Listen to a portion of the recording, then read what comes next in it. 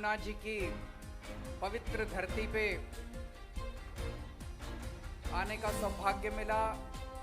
गुजरात के कोने कोने से आए हुए सभी भाइयों बहनों, माताओं, बुजुर्गों, बच्चों, आप सब लोगों को मेरा नमस्कार, सबको मेरा प्रणाम।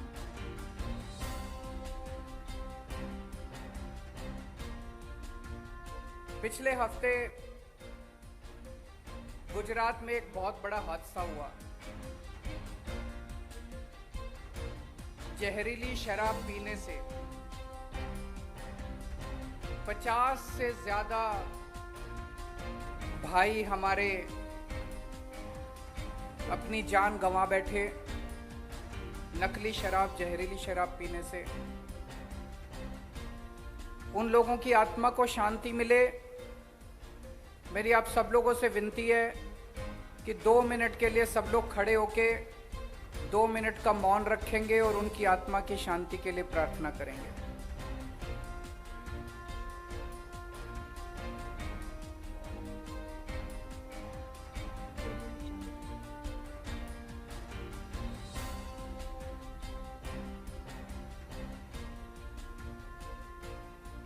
ओम शांति शांति। भगवान से मैं प्रार्थना करता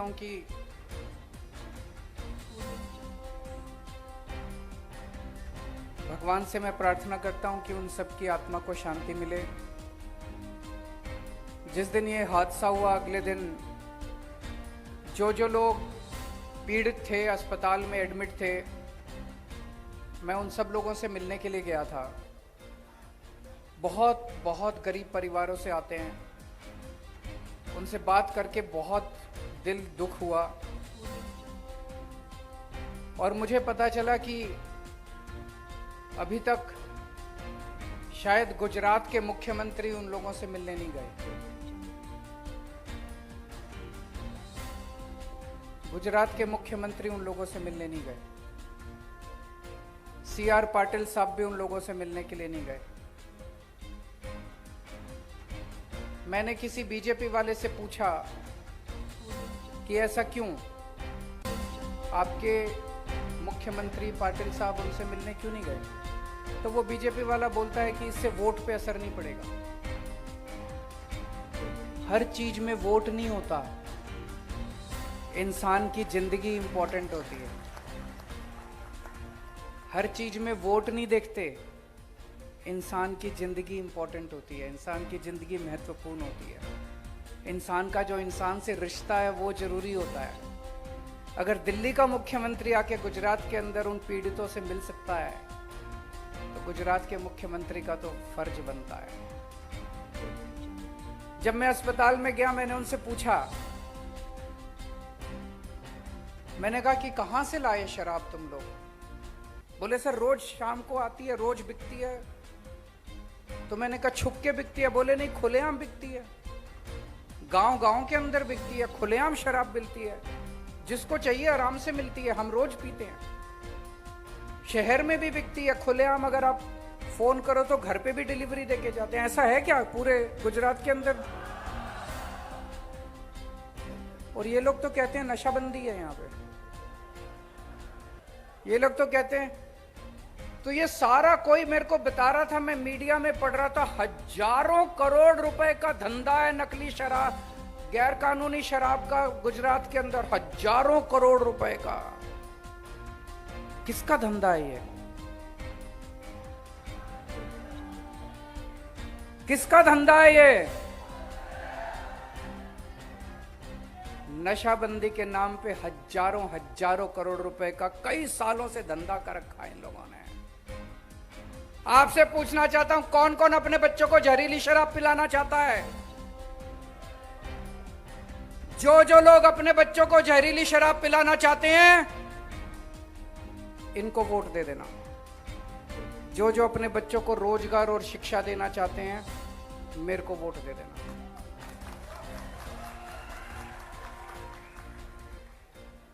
इनको वोट दोगे तो जहरीली शराब मिलेगी, भ्रष्टाचार मिलेगा।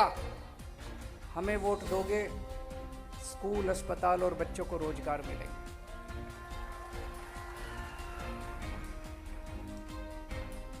मैंने अभी थोड़े दिन पहले एक खबर पढ़ी। 23 साल के एक बच्चे ने 23 साल के एक बच्चे ने आत्महत्या कर ली। बेरोजगार था, नौकरी नहीं मिल रही थी, कई जगह अप्लाई किया, नौकरी नहीं मिली। हार के उसने अपने पापा के नाम एक चिट्ठी लिखी और उसने, गुजरात की कहानी बता रहा हूं मैं, अभी थोड़े दिन पहले, पिछले हफ्ते की बात है, गुजरात की कहानी। 23 साल के बच्चे ने आत्महत्या कर ली। बोला पेपर, सरकारी नौकरियों के पेपर का नहीं पता कब नौकरी निकलेगी, कोई तारीख का नहीं पता, पेपर फूट जाते हैं। नौकरी लेने के लिए, सरकारी नौकरी लेने के लिए रिश्वत देनी पड़ती है। उस बच्चे ने आत्महत्या कर ली। आज इसी मुद्दे के ऊपर मैं आपको गारंटी देने के लिए आया हूं।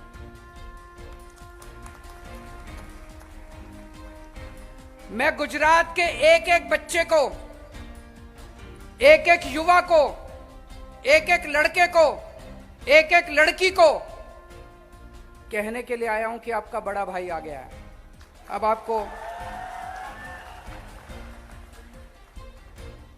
बच्चों, अब आत्महत्या करने की जरूरत नहीं है।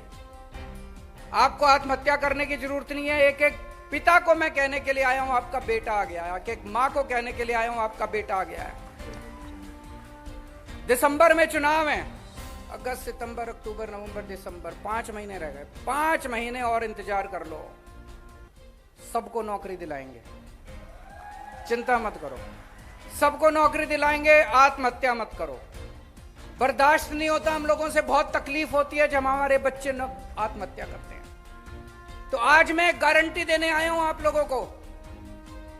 आप पूछोगे ये गारंटी क्या होती है? तो ये बड़ी बड़ी पार्टियां चुनाव के पहले आती हैं घोषणा पत्र लेके। घोषणा पत्र में कुछ भी लिख देती हैं, 15-15 लाख रुपए देंगे, ये देंगे, वो देंगे। फिर जब उनसे चुनाव के बाद पूछो तो बोले चुनावी जुमला था, हमने तो वैसे ही बोल दिया था। हम ऐसे नहीं करते, हम आम आदमी पार्टी ऐसे नहीं करती। हम जो कहते हैं वो करते हैं। एक एक शब्द हम बड़े चुन के बोलते हैं। इसलिए गारंटी दे रहा हूं मैं, जो मैं कहूंगा, गारंटी का मतलब ये, अगर आप सामान लेने के लिए बाजार में जाओ और वो दुकान वाला बोले गारंटी, तो इसका मतलब अगर सामान खराब निकलेगा तो पैसे वापस। अगर मैं गारंटी दे रहा हूं, अगर हम 5 साल में अपनी बात पूरी ना करें, अगली बार धक्के मार के हमको गुजरात से बाहर फेंक देना। वोट मांगने नहीं आऊंगा अगली बार अगर मैं अपने बात पूरी ना करूं तो आज मैं गारंटी दे के जा रहा हूं, रोजगार की गारंटी दे रहे हैं। 5 बातों की गारंटी रोजगार में। पहली बात, 5 साल के अंदर हर बेरोजगार युवा को हम रोजगार देंगे। आप कहोगे केजरीवाल भी झूठ बोलने आ गया, ऐसे कैसे हो सकता है? दिल्ली में करके आया हूं मैं। दिल्ली में पिछले 5 साल के अंदर मैंने 12 लाख बच्चों को रोजगार दिया। 12 लाख बच्चों को रोजगार देना आता है मेरे को। मेरी नीयत भी साफ है और पढ़ा लिखा आदमी हूं, रोजगार देना आता है। 12 लाख बच्चों को रोजगार दिए। और अभी मैंने अपने सारे मंत्रियों के साथ बैठ के अगले 5 साल में मैंने प्रण लिया है, अगले 5 साल में दिल्ली में 20 लाख रोजगार और दूंगा। दिल्ली में 20 लाख रोजगार और दूंगा। तो आज गुजरात की सोमनाथ की पावन धरती से मैं ऐलान करता हूं कि आम आदमी पार्टी की गुजरात में सरकार बनेगी तो अगले 5 साल के अंदर गुजरात के हर बेरोजगार युवा को हम रोजगार देंगे। दूसरी बात, जब तक रोजगार नहीं मिलेगा, ऐसा नहीं कि आज सरकार बनेगी और कल सबको रोजगार मिल जाएगा, टाइम लगेगा। जब तक रोजगार नहीं मिलेगा तब तक हर बेरोजगार बच्चे को 3,000 रुपए महीने बेरोजगारी भत्ता मिलेगा। होना चाहिए, नहीं होना चाहिए? होना चाहिए, नहीं होना चाहिए? तीसरी बात, 10 लाख सरकारी नौकरियां निकालेंगे। 10 लाख सरकारी नौकरियां निकालेंगे। इसकी मैंने पूरी टीम के साथ बैठ के पूरी प्लानिंग कर ली है, कहां कहां कैसे कैसे होगी। चौथी बात, गुजरात में सारे पेपर फूट जाते हैं, सारे पेपर लीक हो जाते हैं। उससे बच्चे बहुत परेशान हैं। पेपर दे के आते हैं और पता चलता है पेपर फूट गया, लीक हो गया। इसके लिए कानून लेके आएंगे, पेपर फूटने के खिलाफ कानून लेके आएंगे। अब कोई पेपर फूटने नहीं देंगे। जो लोग इसके पीछे हैं, जो माफिया इसके पीछे है, उसको सख्त से सख्त, कड़ी से कड़ी सजा दिलवाएंगे और पेपर फूटने का सिस्टम बंद करवाएंगे गुजरात के। और पांचवी बात, कोऑपरेटिव के क्षेत्र में, सहकारिता के क्षेत्र में अभी किसी नेता के इसके सिफारिश से और घूसखोरी से नौकरी मिलती है। जितने कोऑपरेटिव सेक्टर में नौकरियां हैं, वो सारी नौकरियों का सिस्टम ठीक करेंगे, पारदर्शी करेंगे।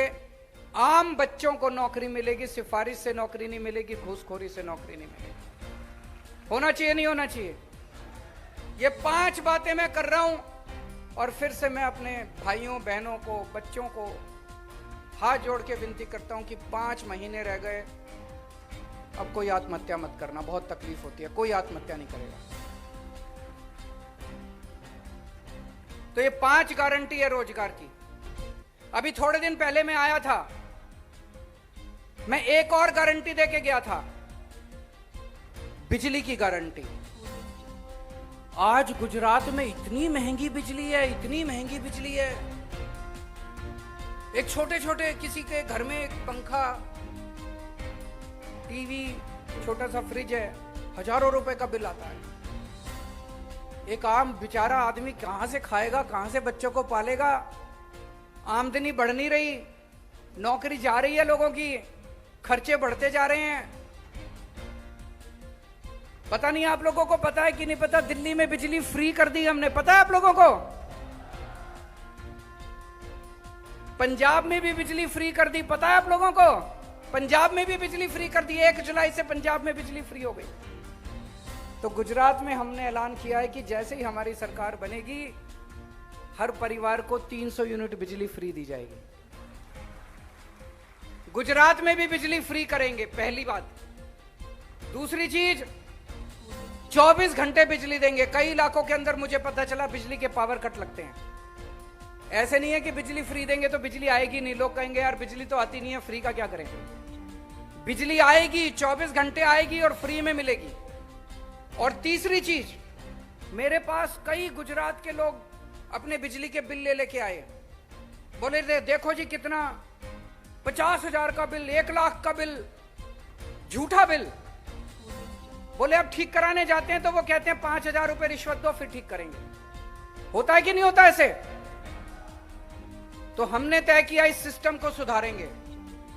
31 दिसंबर, पिछले साल 31 दिसंबर 2021 तक के सारे बिल माफ कर दिए जाएंगे। पुराने सारे बिल माफ। अब सिस्टम ठीक करेंगे कि कोई गलत बिल नहीं आएगा, कोई झूठा बिल नहीं आएगा। तो 3 चीज, 300 यूनिट बिजली मुफ्त, 24 घंटे बिजली, और 31 दिसंबर 2021 तक के सारे पुराने बिल माफ। ये मैंने पहले दिल्ली में किया, फिर पंजाब में किया, एक मौका तो गुजरात में भी करेंगे। होना चाहिए, नहीं होना चाहिए? आज देखना ये सारे दूसरी पार्टी वाले टीवी चैनल में बैठ बैठ के मेरे को गालियां देने वाले हैं। सारे बैठ के मेरे को नेशनल टीवी पे, गुजरात के टीवी पे, सारे टीवी चैनल पे बैठ के गाली देंगे। केजरीवाल फ्री की रेवड़ी बांट रहा है, केजरीवाल फ्री की रेवड़ी, केजरीवाल फ्री की रेवड़ी बांट रहा है, केजरीवाल फ्री की रेवड़ी बांट रहा है। ये सारी रेवड़ी अपने दोस्तों को बांटते हैं, सारी फ्री की रेवड़ी ये दोस्तों को बांटते हैं। ये सारी रेवड़ी स्विस बैंकों में ले जाते हैं। केजरीवाल रेवड़ी स्विस बैंक में नहीं ले जाता, केजरीवाल रेवड़ी जनता में बांटता है। ये सारी रेवड़ी अपने मंत्रियों में बांटते हैं। अभी मैंने सुना था, अखबार में पढ़ा था, एक बहुत बड़ा बुंदेलखंड एक्सप्रेसवे बना, बहुत बड़ा एक्सप्रेसवे, बहुत बड़ी सड़क बनी, बहुत बड़ी, हजारों करोड़ रुपए खर्च करके। जिस दिन सड़क बनी, जिस दिन उसका उद्घाटन हुआ, उसके 5 दिन के अंदर वो कई जगह धंस गई। कैसे हो सकता है ये? इसका अंदर ठेकेदारों में रेवड़ी बांटी इन्होंने फ्री की, बांटी की नहीं बांटी? तुम ठेकेदारों को रेवड़ी बांटते हो, तुम अपने दोस्तों को रेवड़ी बांटते हो, तुम अपने मंत्रियों को रेवड़ी बांटते हो, तुम देश की सारी रेवड़ी स्विस बैंक में ले जाते हो। केजरीवाल सारी रेवड़ी जनता की जेब में डालना चाहता है।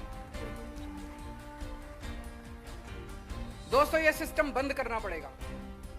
अब ये सारी रेवड़ियां बंद, केवल एक ही जनता की रेवड़ी है, जनता का पैसा है, जनता का पैसा जनता को मिलना चाहिए।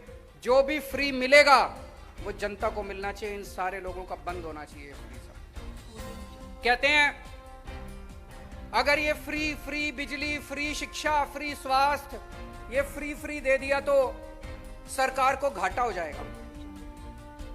आज गुजरात की सरकार के ऊपर 3.5 लाख करोड़ का कर्जा है। 3.5 लाख करोड़ का कर्जा मैंने कर दिया। बताओ, ये 3.5 लाख करोड़ का कर्जा केजरीवाल ने किया है क्या?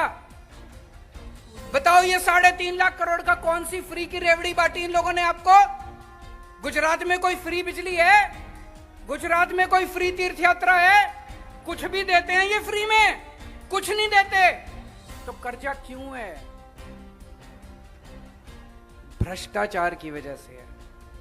फ्री रेवड़ी बांटने से कर्जा नहीं होता, स्विस बैंकों में पैसा ले जाने से कर्जा होता है, भ्रष्टाचार करने से कर्जा होता है। सरकारें घाटे में इसलिए नहीं चलती कि जनता को फ्री सहूलियत दी जाती है।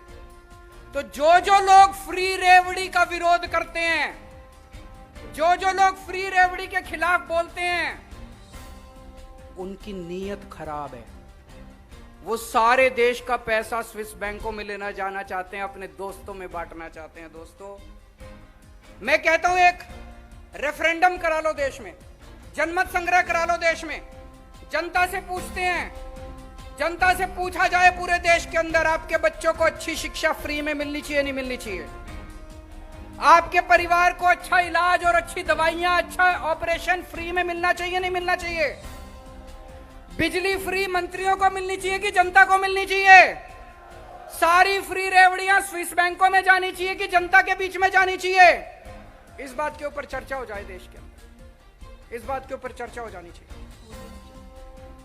अभी थोड़े दिन पहले हमने दिल्ली में बहुत अच्छे काम किए हैं। हमने सरकारी स्कूल बहुत अच्छे कर दिए। वहां पे अब गरीबों के बच्चे, गरीबों के, मजदूरों के, रिक्शे वाले के, उनके बच्चे अब इंजीनियर बन रहे हैं, डॉक्टर बन रहे हैं। शानदार स्कूल कर दिए, नतीजे शानदार आ रहे हैं। हमने सरकारी अस्पताल शानदार कर दिए दिल्ली में, सबका इलाज मुफ्त कर दिया। 1 करोड़ रुपए का भी इलाज है, मुफ्त होगा आपका इलाज। हमने दिल्ली में महिलाओं का सफर फ्री कर दिया, बिजली मुफ्त कर दी, पानी मुफ्त कर दिया, खूब सारी सुविधाएं दे रहे हैं। सिंगापुर की सरकार को पता चला कि केजरीवाल बड़ा अच्छा काम कर रहा है, तो सिंगापुर की सरकार ने मेरे को न्योता दिया, बोले केजरीवाल जी आप आओ। उन्होंने पूरी दुनिया के बड़े बड़े नेताओं को बुलाया, सारी दुनिया के नेताओं को, बड़े बड़े। उन्होंने मेरे को न्योता दिया, केजरीवाल जी आओ और सबको बताओ कि आप कितना अच्छा काम कर रहे हो। बताओ, देश के लिए गर्व की बात है कि नहीं है? पूरी दुनिया के नेताओं को बुलाया, बोले केजरीवाल जी आके सबको बताओ कि कितना अच्छा काम कर रहे हो। इन लोगों ने मेरे को जाने नहीं दिया, इन्होंने मेरे को रोक दिया। इन्होंने सिंगापुर की सरकार को लिखा केजरीवाल को मत बुलाओ, हमारे किसी सीएम को बुला लो। तो सिंगापुर की सरकार ने इनसे बोला अच्छा ठीक है, आप अपने सीएम के बारे में किसी सीएम का बताओ किसने क्या काम किया। इनके किसी सीएम ने कोई काम ही नहीं किया। तो सिंगापुर की सरकार ने चिट्ठी लिखी इनको कि तुम्हारे किस सीएम ने क्या काम किया बताओ। इन्होंने जवाब ही नहीं दिया चिट्ठी का। क्योंकि इनके किसी सीएम ने कोई काम ही नहीं किया, पर इन्होंने मेरे को नहीं जाने दिया। बड़े दुख की बात है, अगर मैं जाता तो देश का नाम ऊंचा होता कि नहीं होता, भारत का नाम ऊंचा होता कि नहीं होता। इन लोगों ने मेरे को जाने नहीं दिया। दोस्तों, मैं इनको चैलेंज करता हूं आज इस मंच से, तुम्हारे में अगर हिम्मत है,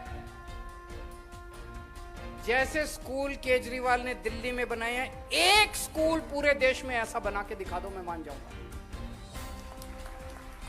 जैसे स्कूल मैंने दिल्ली में बनाए हैं, ढेरों स्कूल बनाए हैं, सरकारी स्कूल, शानदार सरकारी स्कूल, जैसे स्कूल मैंने दिल्ली में गरीबों के बच्चों के लिए बनाए हैं, एक स्कूल तुम पूरे देश में बना के दिखा दो, मान जाऊंगा। जैसे मोहल्ला क्लिनिक और अस्पताल मैंने दिल्ली में बनाए हैं, एक मोहल्ला क्लिनिक, एक अस्पताल तुम पूरे देश में कहीं वैसा शानदार बना के दिखा दो, मान जाऊंगा। आज आपके सामने दो मॉडल हैं। एक इनका मॉडल है, एक इनका मॉडल है जिसमें आपको जहरीली शराब मिलेगी, जिसमें आपको भ्रष्टाचार मिलेगा, जिसमें आपके बच्चे आत्महत्या करेंगे, जिसमें सारी रेवड़ी स्विस बैंकों में जाएगी। और एक दूसरा मॉडल है, हमारा मॉडल है, जिसमें आपको फ्री बिजली मिलेगी, अच्छे स्कूल मिलेंगे, अच्छे अस्पताल मिलेंगे, आपके बच्चों को रोजगार मिलेंगे और सारी रेवड़ी आपके बीच में बांटी जाएगी। आपको तय करना है आपको। और जो मॉडल आज हमारे पास है, जो हमारा मॉडल है, वो मॉडल इनके पास नहीं है। इनको इतने साल हो गए काम करते करते, अभी तक तो इनसे हुआ नहीं। वो ये कर ही नहीं सकते, ये स्कूल बना ही नहीं सकते, ये रोजगार दे ही नहीं सकते, ये अस्पताल बना ही नहीं सकते, इनके बस की बात नहीं है। तो आज अंत में मैं फिर से अपने सारे गुजरात के भाइयों बहनों से अपील करना चाहता हूं कि आपका भाई आ गया है, आपका बेटा आ गया है, सभी माँ बाप से 5 महीने और इंतजार करो और खूब प्रचार करो, सब लोग लग जाओ, अपने को मिलके गुजरात को बदलना है। आप इतने सारे हजारों की संख्या में आज इतने लोग बैठे हुए हैं, एक एक आदमी जाएगा और अपने अपने इलाके, अपने अपने गांव के अंदर घर घर जाके कहेगा कि इस बार हर वोट झाड़ू के ऊपर पड़ना चाहिए। भारत माता